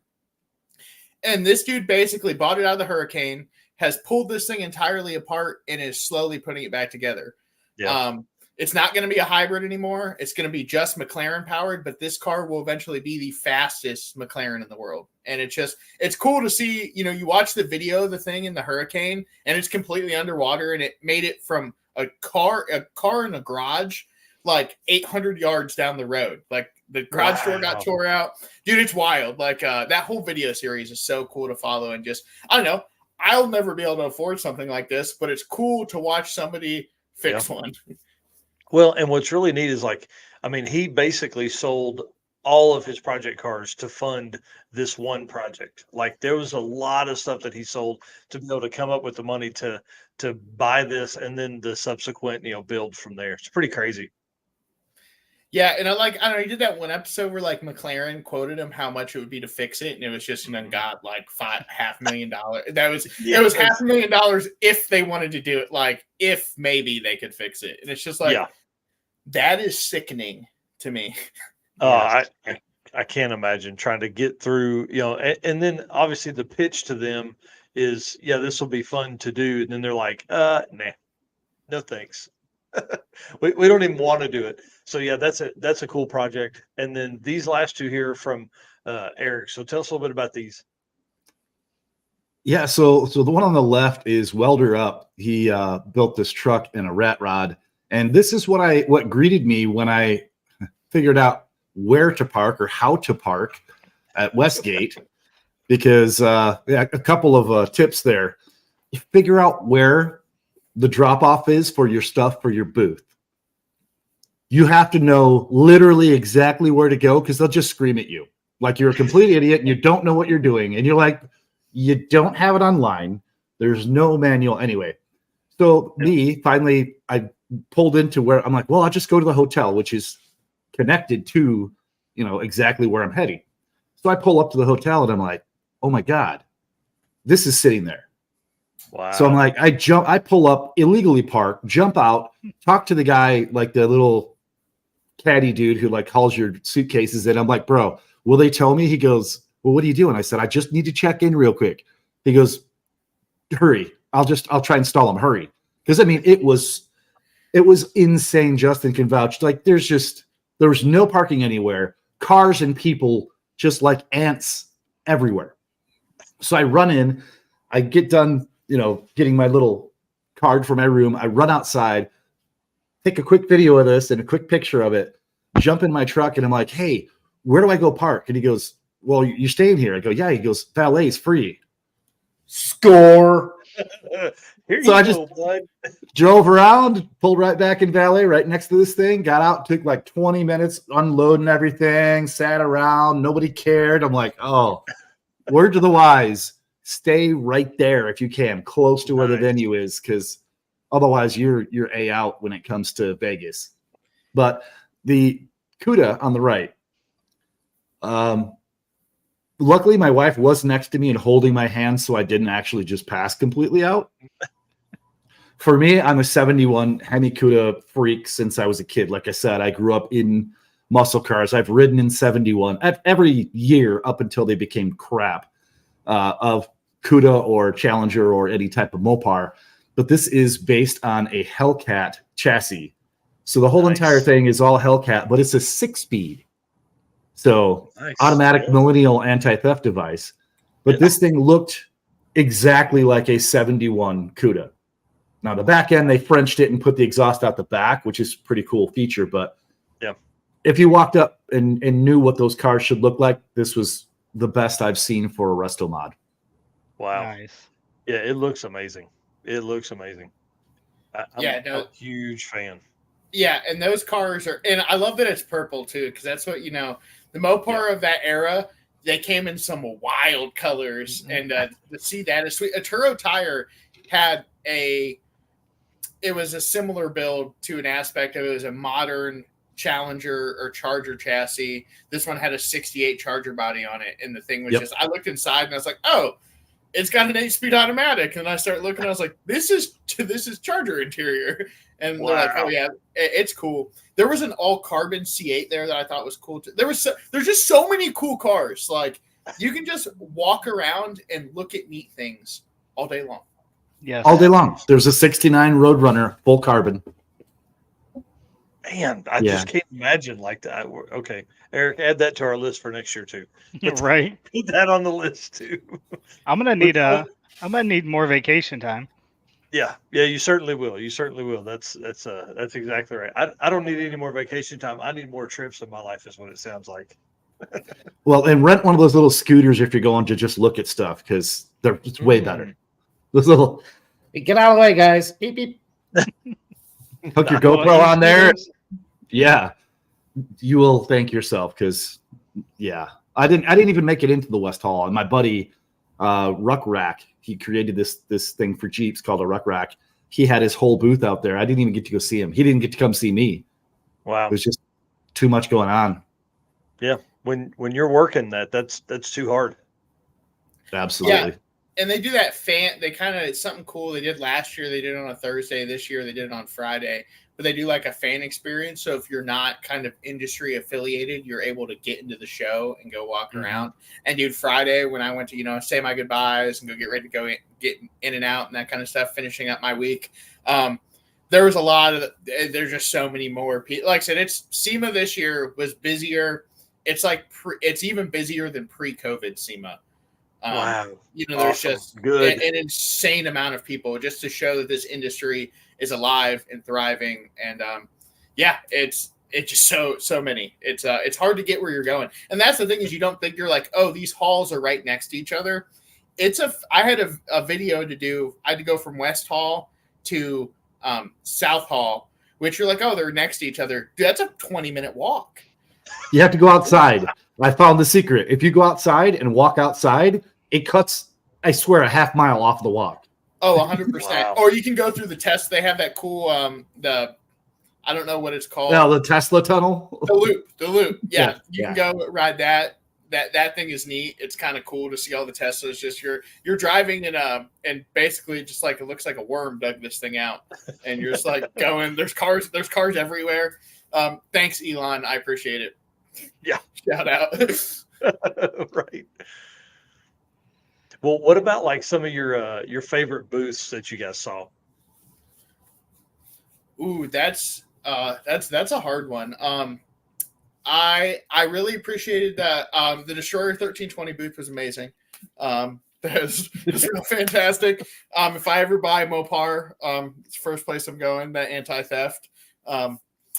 Holly's booth for me was really cool because they have such a large product offering, and they did a really good job of kind of representing their new Sniper 2 system.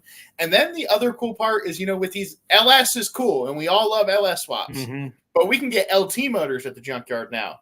And so they have a whole standalone system for the LT stuff, and they were doing a whole bunch. They actually won a new product.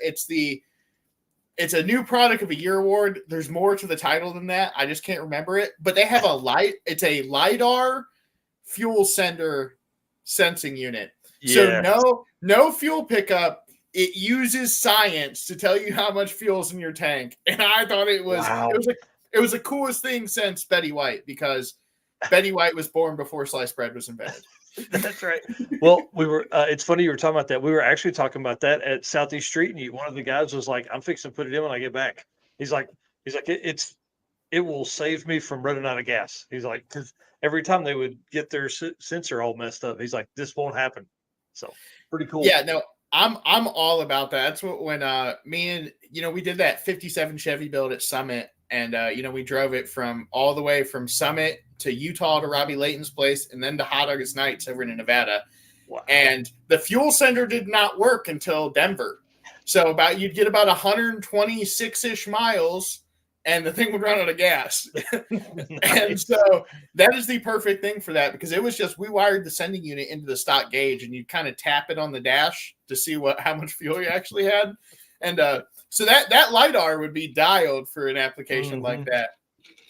Yeah, tons. I mean, there was tons of cool stuff. Willwood had an amazing booth that was all brand new and fresh.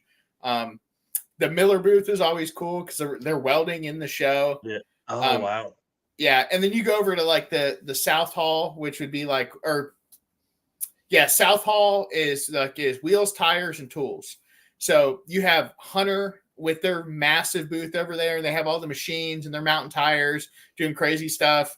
And you got to watch like you're walking around in there, and then there's people with those airtight, like the tire cheetahs, and there's just those going off everywhere, and you kind of jump a little every time. You don't get used to it. Yeah, there's a ton of cool vendor booths out there. You just got to take it all in. Like, so I like the Anderson Composites because they had a ton. They had a full carbon C8, and then you just see all these cool cars made out of carbon. I know this is not a popular subject for a lot of people, but Tremec had some electric, their new kind of electric transmission, or I should say drivetrain in their booth. They had an electric powered E-Type Jaguar that is basically looked like the front half of a TKX with an 800 volt electric motor hanging off the front of it. And yeah, there was the electric section at SEMA this year was just it's not here to replace hot rodding. It's here to it's another power form to our sport. Eventually e-drag racing will be something a lot of people are doing. So they kind of had a whole section at the show, emerging electric, and they had a ton of cool stuff down there that just makes you scratch your head a bit. Like the guys that were riding horses in the early 1900s did the same thing when they saw gasoline-powered cars. They're like, that'll never last. Then who's ridden a horse in the last 50 years? It's a pleasure item. Dude, horses, anything that I can't cut the throttle on or it has a mind of its own, I'm kind of out. I can appreciate that. What about you, Eric? What were some of your favorite booths? Let's see. Besides the hand-built one that I made in my garage, right? Which is, I'm just saying, you don't have to be huge and like worth millions to be able to go and enjoy this and be a part of the show, which is really cool. I think it kind of helped us because people are like, well, who's that? Yeah. What are you doing? And I had a guy go, you should be a millionaire. You should have a bigger booth. And I go, thank you for saying that, but what do I need a booth for? See this? See this? Either you want your car stolen or you don't. Yeah. This is good social media marketing. That's all it takes right here. Yeah. How cool. But no. My favorites were Toyota, since it was really the only big manufacturer there, but they really did a great job. Their booth wasn't really a booth. It was a section. And they had some of the coolest Toyota builds I've ever seen. And I'm not a Toyota dude. I mean, I like it for like a work truck. I had a Toyota Tacoma that I drive up mountains and go work on stuff. Not a fan other than that. But they had a really, really cool booth, really cool setup. And then there's wax booths that were in the North Hall. I don't know the name of the supercar, but the thing was full carbon fiber once again. And whatever it was, I don't know the name, was worth more money than I've ever even stood next to in my entire life. So that I had to say that one was pretty cool. But I didn't get a chance to really venture too far. Mm-hmm. I mean, I got to walk past Jay Leno's Demon 170 and his little spray boots, so that was pretty cool.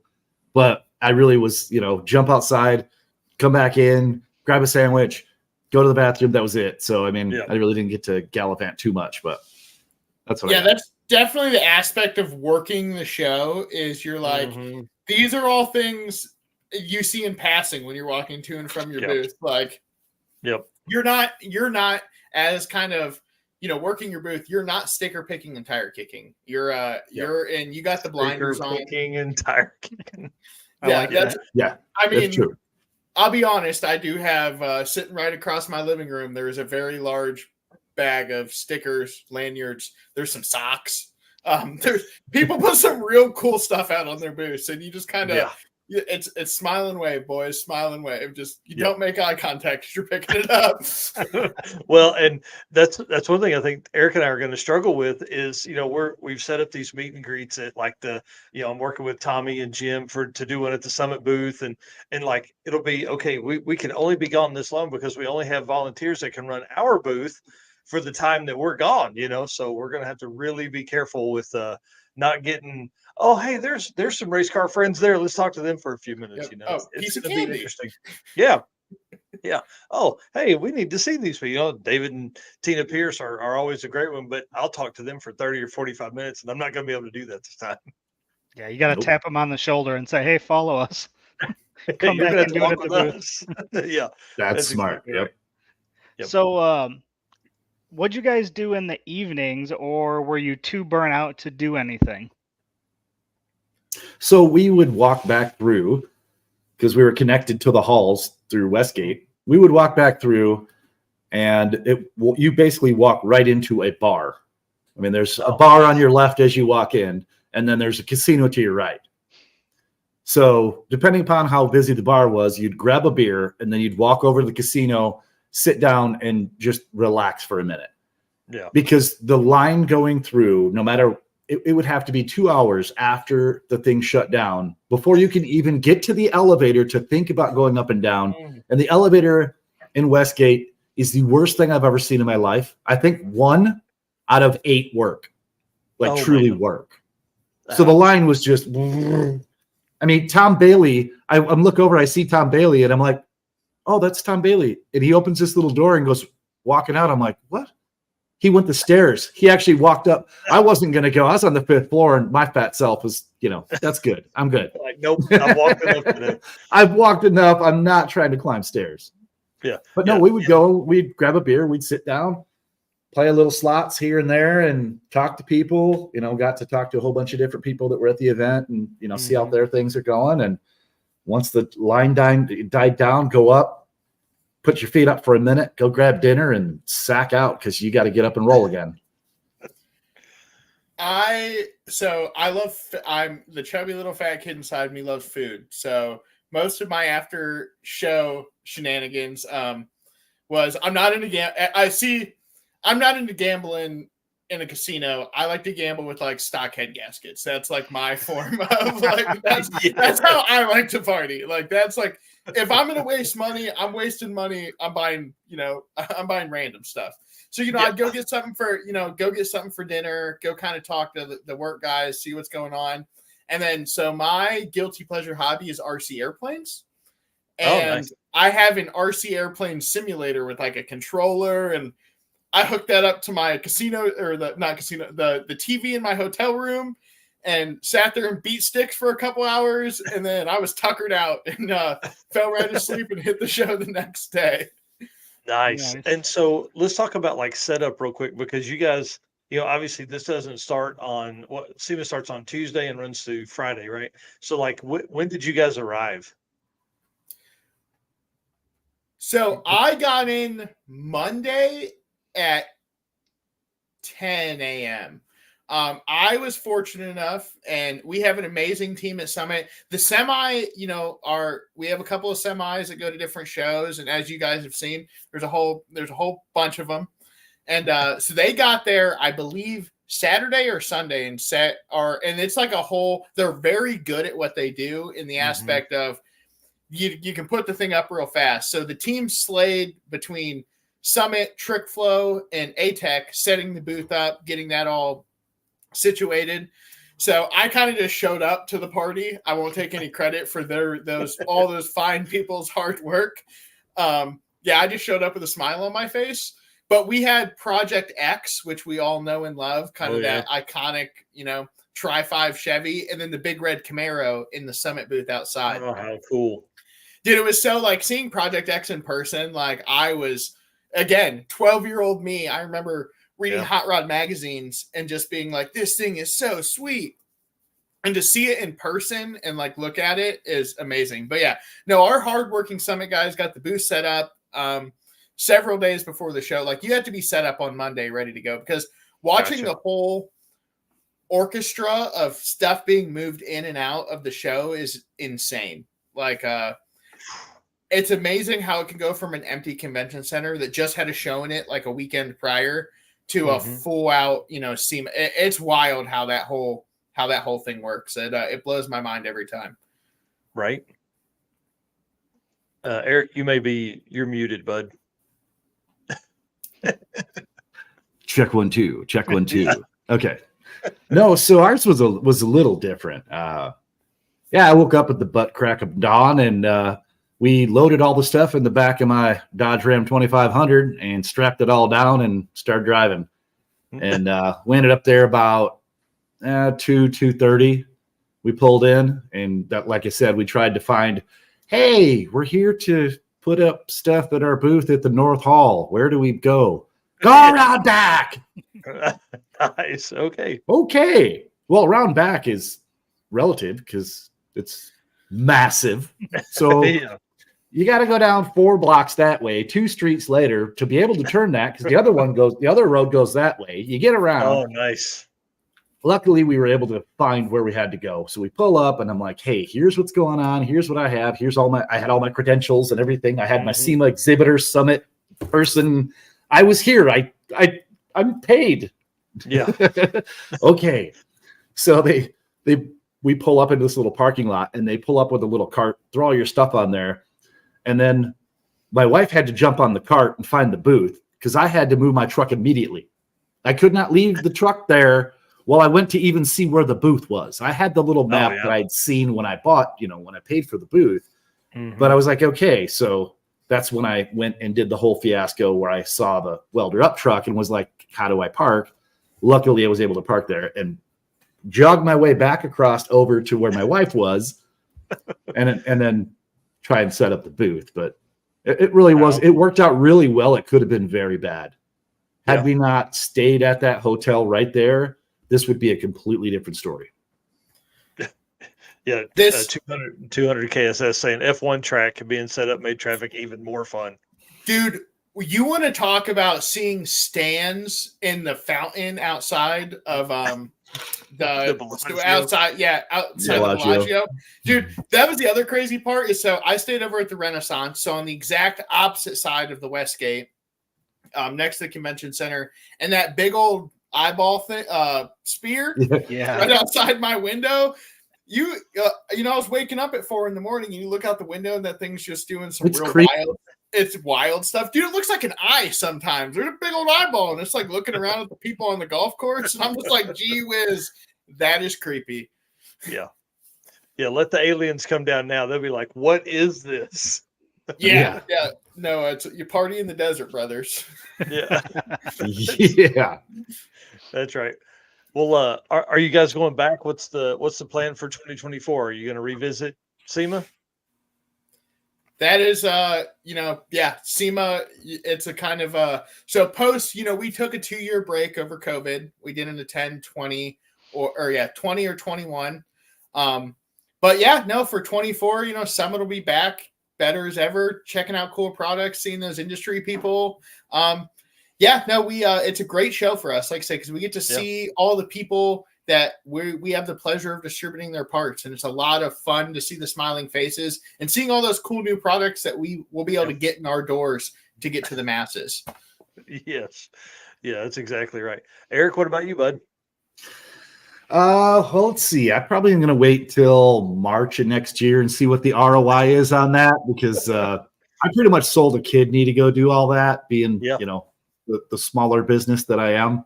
Oh, yeah. So, we'll wait and see. I have plans. I already have thought out everything I would do, wrote it down, I have a game plan ready to go. And I actually have some cars already picked out, ready to go, lined up, should I do it, that are willing to go and be part of our booth, which won't be a 10 by 10 this next year. It will actually be a booth-size booth. Yeah, Nice. cool. I just want to see all 4 of us together in Vegas next year, eating Yes. in and out. And I will show you guys my favorite sushi spot, which is all you can eat, and it is dialed. Again, man. fat kid in the candy store. There's something about eating fish in a landlocked state that is interesting, but it's real good. I promise. Nice. Well, maybe you can get us a couple extra spots and we'll be there. Yeah, we're not doing the booth at SEMA. I'll talk to my peoples. Yeah, Yeah. I'm in. So what did you guys learn this year? And then what kind of tips do you have for newbies going to SEMA, or maybe that will even apply to us going and having a booth at PRI? So for me, it's especially like on my side of it when I'm doing kind of the video stuff, it's all about, you don't miss any opportunities to like do an interview or talk, like just kind of like Eric said earlier, you never know who you're going to talk to and who that person can be. So put a smile on your face. You're at a trade show with a bunch of like-minded people, just talk to everybody. Walking shoes is that's my big tip, is invest in a good pair of shoes, because your feet are going to thank you. Lots of water, keep hydrated, take care of yourself. It's a long, stressful week, and and relax at the end of the week, and take lots of pictures so you can reflect on the amazing time you had. Yes. While Eric kind of gives us his stuff, Justin, look and see how many pictures and videos you took, or if there's any way you can find that. Oh yeah, That would be a very interesting number. Me, I can tell you, I think about that many. Yeah. That's all the time I had. Yeah. Yep. My wife probably has a few more than I do, but no, for me, things I learned. The biggest thing I learned, and this may come across cheesy, but believe in yourself. Knowing you guys are coming from the same cloth that I am, that you're kind of putting your sack on the line to go do this. And it will help grow your brand. It will help grow who you are. Have confidence in your product, and your product is you and the things you are able to give to others, which is a lot of exposure. The thing I noticed is I didn't feel like a small fish in a big pond. Part of it was because of my confidence in not only who I am, but in the ability for our product to actually help people, which is the whole point of the business that we have going. So don't feel like you have to be the big player that all these people are. And there's a lot of people, and I have 5 other people that were there with me that can vouch. We had more people coming through our booth because of our personalities than you have people who were paid to go there and sit at the booth, and they're on their phone. And they have lights and speakers and all this stuff going on that looks like a circus, and they're sitting there and they don't even talk to you. Yeah. So big lesson. Make sure you don't have your table in between you and your customers, your folks that you're meeting. That makes it transactional. That makes it feel like you're buying something. Get rid of that. Set it to the side. Have your stuff on it, but have it where they're welcome in. We took and made it where our corner booth, you almost had to walk through our booth to get by, and one of us are going, "Hey, how's it going?" Or somebody stop and look at our little video playing, and we're like, "Oh, want to learn more, XYZ." So that's probably my biggest thing, is make sure you're not disconnecting yourself from the people coming by, and be you. And I don't care if you, like, at times was a little groggy in the morning, grab that coffee and, "Hey, how's it going on? What's going on? Blah, blah, blah. How you doing? Having a good time yet? Your feet hurt?" I mean, just the simple stuff. Everybody, yeah, absolutely. Or, "Hey, did you try the hot dogs over there? They're good." Nice. Yeah, that's good information. Anyway. Yeah, and that's what's important. Like, is you just got to be personable, especially like, in my aspect of being on camera. I can't have an off day when I'm there. I gotta, Right. As much as this is hard to believe, sometimes his face doesn't smile. Oh, no way. I don't believe it. You smile in your sleep, man. Sometimes my glass is half full, but that's, seeing the people and the cool stuff and Mhm. having people pumped to talk to me is what makes it all worth it and really fuels this fire. To answer your question earlier, Mike, only 246 pictures and videos in the album. Oh. And then I looked in my deleted and I have 62 deleted videos from, different takes. This kind of like Nice.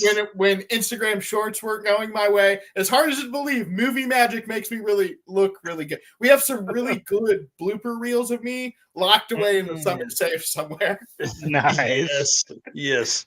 Well, guys, I want to say thank you so much for coming on tonight. This really has been helpful. I mean, the last 6 minutes here have probably been helpful for Eric and I to do our show. Going to be our first booth. This really is because, like you guys said, I mean, this is a big financial commitment for us, and especially doing the Drag and Drive Awards show along with that. So, we have all of that extra stuff going on too. But I'm excited. We're going to turn it loose. I mean, we really are. This PRI changed our life last year, and it's going to change our life again this year. I mean, we just going to keep adding to what we're doing, and that's what because you guys come on and you guys help us understand what to look for and tell all the fun stories and car stuff. So we appreciate that for sure. Yeah, thank you Absolutely. so much for having me on. This has been so much fun, and I can't wait to see your smiling faces at PRI. It's it's going to be so much fun. Yes, Oh yeah, we're is. gonna have a blast. We do have the internet package and electricity at our booth, so we're gonna go live a lot during the booth because there will be a lot of our friends come by that talk and stuff like that. And I mean, I know when Justin comes by, we're gonna we'll throw live on and we'll go right from there and talk and all that kind of stuff. So it'll be really fun. I'm really excited. Perfect. Yeah, That's amazing. I'm pumped. Well, guys, tell everybody obviously where they can find you on social media. We want, folks to immediately that are definitely on a Mopar to go find Destroyer 1320. So tell them where they can find that. And then obviously, Justin, where they can follow your stuff.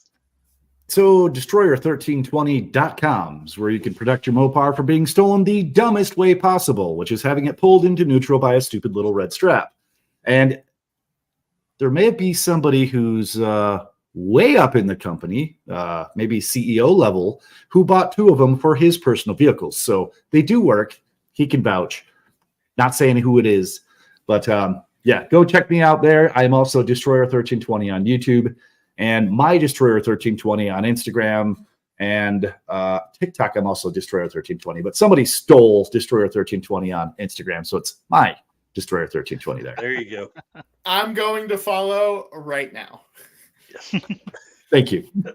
So for me, you can find my smiling face on Summit Racing's YouTube page, on our TikTok, on our Instagram, even on the main page when you jump on summitracing.com.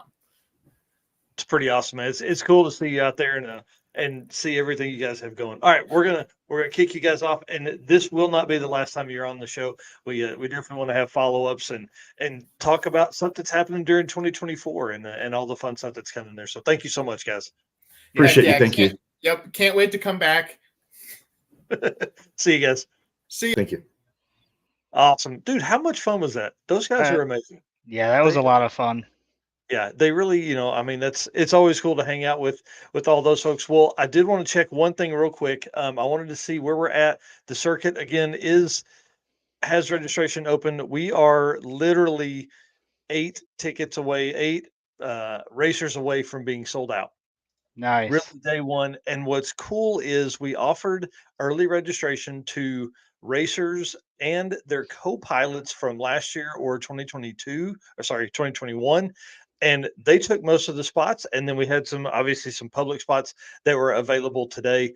And I'm telling you guys, it's going to be a premier regional drag and drive event. Regional to us means a weekend event, Friday, Saturday, Sunday.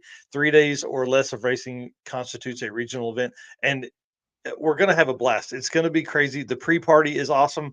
And I can't wait to do all that. We're going to go over some other stuff with it on Saturday's show.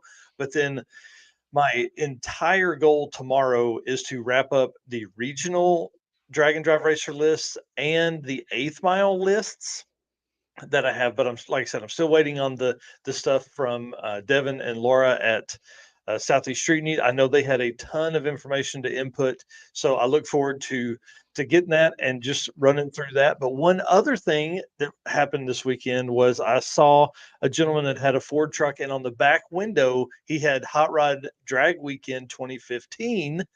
So obviously my brain starts kicking around, and I'm like, what does this mean? What are we going to do? Um,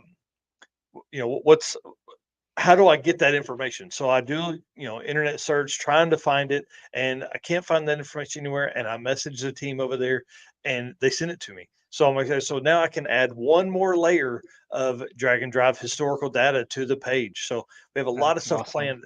Yeah, there is a little bit of downtime between sick week and the circuit. And my goal for 2024, a few Little bit. weeks, about 6 weeks, 8 weeks, maybe. My goal then is to completely revamp our website. I want to essentially build a way for racers and promoters and announcers to be able to go and find information very easily. When events are, that is the first clue. That's the first bit that I'm working on. I've actually been working, trying to understand interactive mapping and how to make it to where you could click on a state and it show the events and dates of that in that state.